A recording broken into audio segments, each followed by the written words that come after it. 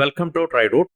നമുക്ക് ഇന്നത്തെ ഗോൾഡിന്റെ US ഓയിലിനെയും പ്രൈസ് മൂവ്മെന്റ് അനാലിസിസ് ഒന്ന് നോക്കാം. അതിൽ ആദ്യമായിട്ട് എടുത്തിരിക്കുന്ന ഗോൾഡിന്റെ വൺ ഡേ ചാർട്ടാണ്. വൺ ഡേ ചാർട്ടിലെ പ്രധാനപ്പെട്ട ഏരിയാസ് മാർക്ക് ചെയ്തിട്ടിരിക്കുന്നുണ്ട്.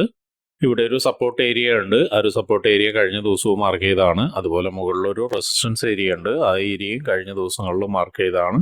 പിന്നെ അതുപോലെ തന്നെ ഇവിടെ ഒരു സ്ട്രക്ചറൽ ബ്രേക്ക് തന്നൊരു ഏരിയ ഉണ്ട്. അതൊരു സപ്പോർട്ടായിട്ട് ആക്ട് ചെയ്യാനുള്ള സാധ്യത വളരെ കൂടുതലാണ്. അപ്പോൾ അതുകൊണ്ട് അതിനെയും മാർക്ക് ചെയ്തിട്ടുണ്ട്.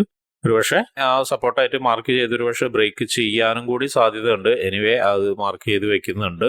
അപ്പൊ ഇത്രയാണ് പ്രധാനപ്പെട്ട ഏരിയാസ് വൺ ഡേ ചാർട്ടിൽ മാർക്ക് ചെയ്തിടുന്നത്. ഇനി നമുക്ക് ഇന്നത്തെ പ്രധാനപ്പെട്ട ന്യൂസുകൾ എന്തൊക്കെയാണെന്നുള്ളത് നോക്കിയതിനു ശേഷം തിരിച്ചു വരാം.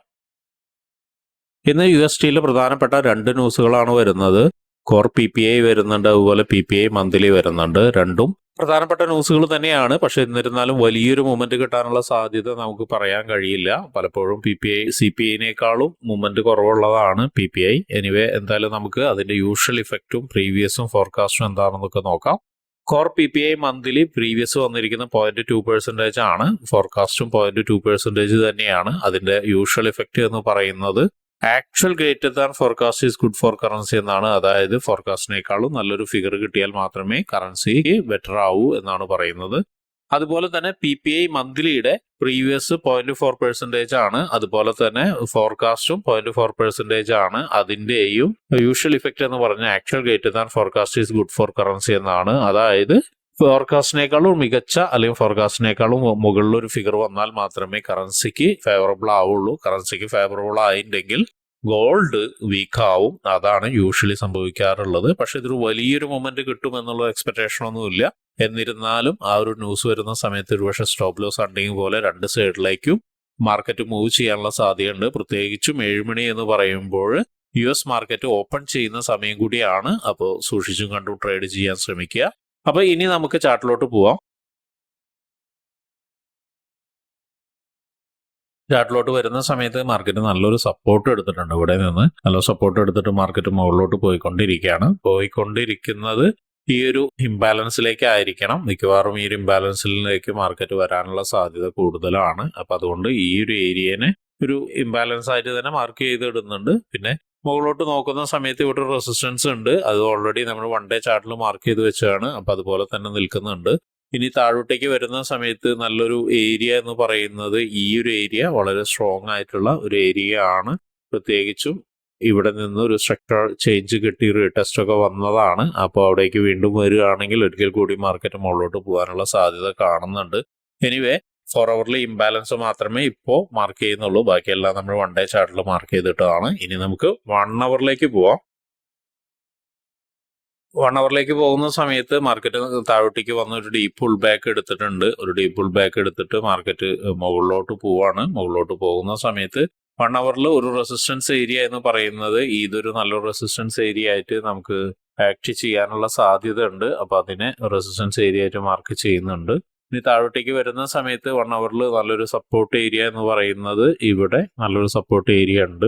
അതും ഒരുപക്ഷെ നല്ല സപ്പോർട്ടായിട്ട് ആക്ട് ചെയ്യാനുള്ള സാധ്യത കാണുന്നുണ്ട്. അപ്പൊ ഇത് രണ്ടിനെയും മാർക്ക് ചെയ്തിടുന്നുണ്ട്.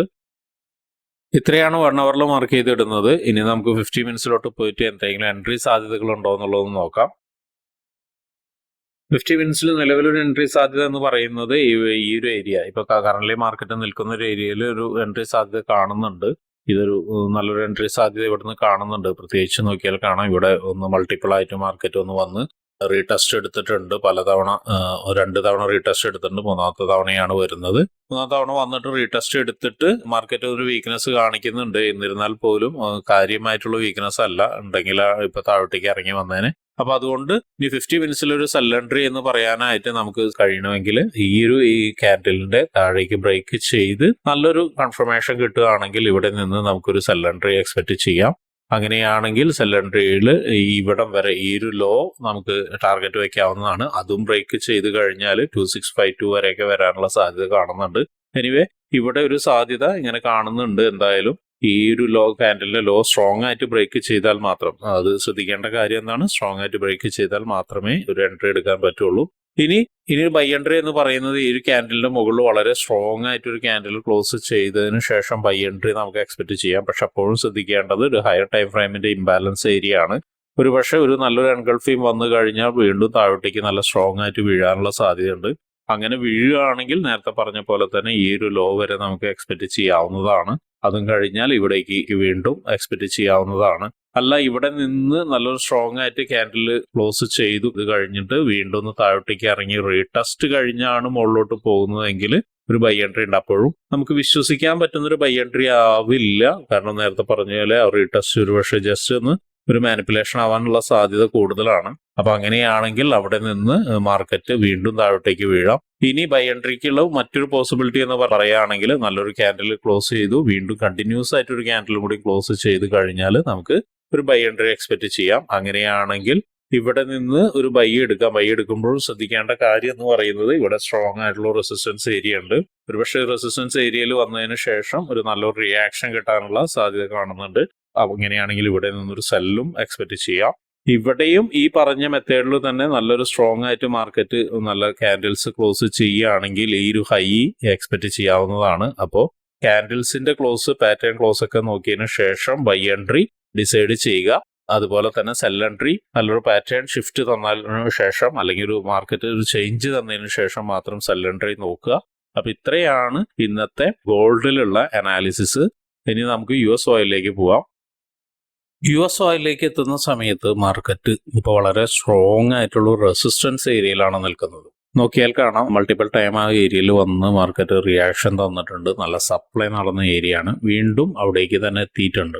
ഒരുപക്ഷെ ആ ഏരിയനെ ബ്രേക്ക് ചെയ്യാനുള്ള സാധ്യത കാണുന്നുണ്ട്. പക്ഷെ സാധ്യത എന്ന് പറയുമ്പോഴും മാർക്കറ്റ് ഒന്ന് താഴോട്ടേക്ക് ഇറങ്ങി സപ്പോർട്ട് എടുത്ത് മുകളിലോട്ട് പോകാനാണ് സാധ്യത കാണുന്നത്. എനിവേ പ്രധാനപ്പെട്ട ഏരിയാസ് മാർക്ക് ചെയ്ത് വെച്ചിട്ടുണ്ട്. നോക്കിയാൽ കാണാം ആ റെസിസ്റ്റൻസ് ഏരിയനെ ഓൾറെഡി മാർക്ക് ചെയ്ത് വെച്ചിട്ടുണ്ട്. അതിന്റെ മുകളിൽ ഒരു ഇംബാലൻസ് ഉണ്ട്. ആ ഒരു ഇംബാലൻസ് വളരെ ഇമ്പോർട്ടൻ്റ് ആയ ഒരു ഇംബാലൻസ് ആണ്. പിന്നെ താഴോട്ടേക്ക് വരുന്ന സമയത്ത് കാണാം മിനിഞ്ഞാന്നത്തെ ക്യാൻഡിൽ ഒരു ഇംബാലൻസ് ക്രിയേറ്റ് ചെയ്തിട്ടുണ്ട്. അതിന്റെ താഴെ ഒരു സപ്പോർട്ട് ഏരിയ ഉണ്ട്. അപ്പൊ ഇത്രയാണ് വൺ ഡേ ചാർട്ടിലെ പ്രധാനപ്പെട്ട ഏരിയാസ് മാർക്ക് ചെയ്തിടുന്നത്. ഇനി നമുക്ക് 4 ഹവറിലേക്ക് പോകാം. 4 ഹവറിലേക്ക് പോകുന്ന സമയത്തും പ്രധാനപ്പെട്ട ഏരിയാസ് മുകളിൽ മാറ്റങ്ങളൊന്നും വരുന്നില്ല. ഇനി താഴോട്ടേക്ക് എന്തെങ്കിലും മാറ്റങ്ങളുണ്ടോ എന്നുള്ളത് നോക്കാം. 4 ഹവറിൽ ശ്രദ്ധിക്കേണ്ട കാര്യം എന്താണെന്ന് വെച്ചിട്ടുണ്ടെങ്കിൽ ഈ ഒരു ലൈൻ വളരെ സ്ട്രോങ് ആയിട്ട് ഒരു ഷിഫ്റ്റ് തന്ന ഒരു ഏരിയ ആണ്. ആ ഒരു ഏരിയയെ മാർക്ക് ചെയ്ത് വെച്ചിട്ടുണ്ട് ഓൾറെഡി. അതൊരു നല്ലൊരു സ്ട്രോങ് ആയിട്ടുള്ള സപ്പോർട്ടായിട്ട് ആക്ട് ചെയ്യാനുള്ള സാധ്യത ഉണ്ട്. ഇനി താഴോട്ടേക്ക് വരുന്ന സമയത്ത് നമ്മൾ നേരത്തെ വരച്ചിരിക്കുന്ന ഒരു സപ്പോർട്ട് ഏരിയ നോക്കിയാൽ കാണാം. ഇവിടെയും മൾട്ടിപ്പിൾ ആയിട്ട് നിന്ന് ഒരു കൺസോൾട്ടേഷൻ തന്നതിന് ശേഷമാണ് ഒരു ബ്രേക്ക്ഔട്ട് തന്ന് താഴോട്ടേക്ക് ഇറങ്ങി ഒരു സ്ട്രോങ് ആയിട്ടുള്ള ഒരു സപ്പോർട്ട് എടുത്ത് പോയിട്ടുണ്ട്. ഇന്നും സ്ട്രോങ് ആയിട്ട് സപ്പോർട്ട് എടുത്ത് പോയതിനു ശേഷം മാർക്കറ്റ് അത്യാവശ്യം മുകളിലോട്ട് പോയിട്ട് ഈ പറഞ്ഞ റെസിസ്റ്റൻസ് ഏരിയയിൽ നിന്നൊന്ന് ചെറിയ വീക്ക്നെസ് കാണിക്കുന്നുണ്ട്. താഴോട്ടേക്ക് ഇറങ്ങുന്ന സമയത്ത് നോക്കിയാൽ കാണാം ഇവിടെ ഒരു ഇംബാലൻസ് ഉണ്ടായിരുന്നു. അതിനെടുത്തിട്ടാണ് മുകളിലോട്ട് പോയിരിക്കുന്നത്. ഇനി 4 ഹവറിൽ ഇനിയിപ്പോൾ പ്രധാനപ്പെട്ട ഏരിയാസ് ഒന്നും മാർക്ക് ചെയ്യുന്നില്ല. കാരണം ഓൾറെഡി ഡയൽ മാർക്ക് ചെയ്ത ഏരിയാസ് തന്നെയാണ് 4 ഹവറിൽ നിൽക്കുന്നത്. ഇനി നമുക്ക് കുറച്ചുകൂടി ചെറിയ ടൈം ഫ്രെയിമിലേക്ക് പോയിട്ട് വേറെ എന്തെങ്കിലും സാധ്യതകൾ ഉണ്ടോ എന്നുള്ളത് നോക്കാം. 1 ഹവറിൽ നോക്കുന്ന സമയത്ത് ഇവിടെ ഓൾറെഡി ഒരു സപ്പോർട്ട് ക്രിയേറ്റ് ചെയ്തിട്ടുണ്ട്. നോക്കിയാൽ കാണാം ഇവിടെ ഒരു സപ്പോർട്ട് ഏരിയ ക്രിയേറ്റ് ചെയ്തിട്ടുണ്ട്. പക്ഷെ ആ ഒരു സപ്പോർട്ട് ഏരിയയിലേക്ക് മൾട്ടിപ്പിൾ ടൈം മാർക്കറ്റ് വന്നിട്ട് വീണ്ടും മുകളിലോട്ട് പോവുകയാണ്. ഇപ്പോഴും മാർക്കറ്റ് മുകളിൽ നിന്നൊന്ന് താഴോട്ടേക്ക് ഇറങ്ങി വരുന്ന ഒരു ഇംബാലൻസ് ഉണ്ട് അവിടെ. ആ ഒരു ഇംബാലൻസിലേക്ക് ആയിരിക്കും വരുന്നതെന്ന് വിചാരിക്കുന്നു. അപ്പൊ ഇവിടെ നിന്ന് നല്ലൊരു സ്ട്രോങ് ആയിട്ടുള്ള ഒരു റിയാക്ഷൻ കിട്ടുകയാണെങ്കിൽ, അതായത് നല്ലൊരു ക്യാൻഡിലോ കിട്ടുകയാണെങ്കിൽ, നല്ല സ്ട്രോങ് ആയിട്ടുള്ള റിയാക്ഷൻ കിട്ടുകയാണെങ്കിൽ ബൈ ഓപ്പർച്യൂണിറ്റി ഉണ്ട്. ബൈ ഓപ്പർച്യൂണിറ്റി വളരെ ചെറിയൊരു ഓപ്പർച്യൂണിറ്റി ഇവിടം വരെ നമുക്ക് വെക്കാവുന്നതാണ്.